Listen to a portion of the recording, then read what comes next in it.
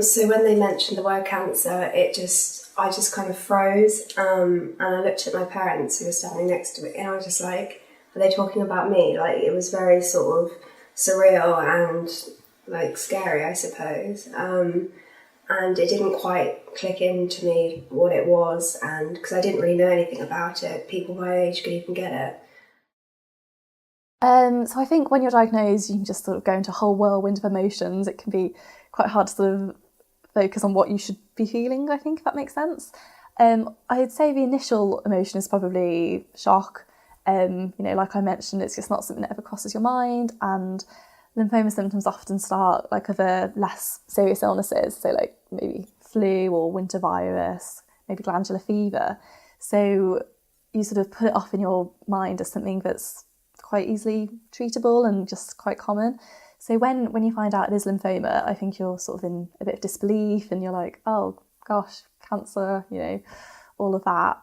I think, yeah, you sort of think about what could have been, you think about the lives your fellow teenagers are having and how your life is just not going to be like that for the foreseeable future. And then I think also it's not all necessarily doom and gloom. At first you're not feeling happy, of course, but I think eventually you can start to see some positives maybe, and you can start to think, what, maybe I am capable of more than I realise, and maybe lymphoma is what's going to actually teach me that about myself. So yeah, I think as you go along the treatment process, you learn a lot about yourself, and you learn that you're stronger than you think. And I think that's something I would definitely take from it in hindsight.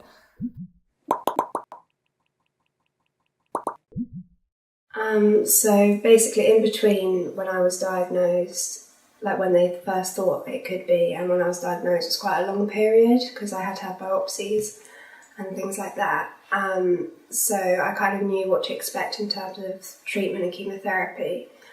And straight away, I just thought about losing my hair. That was the first thing I thought of. So I cut it off pretty quickly. It was really difficult to plan for school, so I was supposed to be going to university and everything.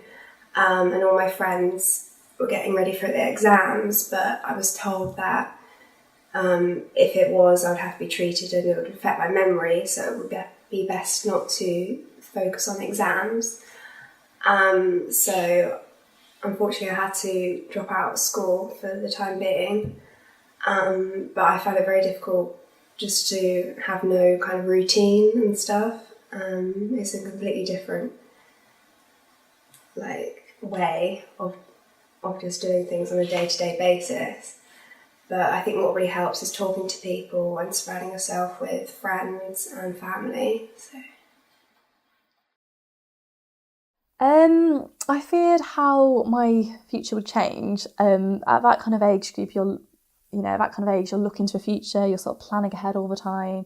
You're doing your GCSEs, you're thinking about what A-levels to do, university, career, travel, that kind of thing. Everything seems quite exciting. So to have this suddenly barge in and sort of ruin the equilibrium, kind of like, it makes you think, am I even going to have a future? And if I do, what's it going to be like? So for me, that was one of my initial thought processes.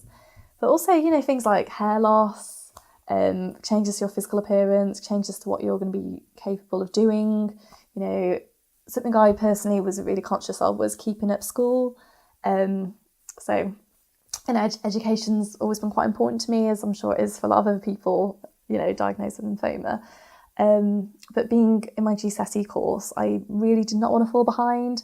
So I just tried to keep up routine as much as I could, and I just didn't want to not be able to sit my GCSEs. So that was something that played on my mind quite a lot as well.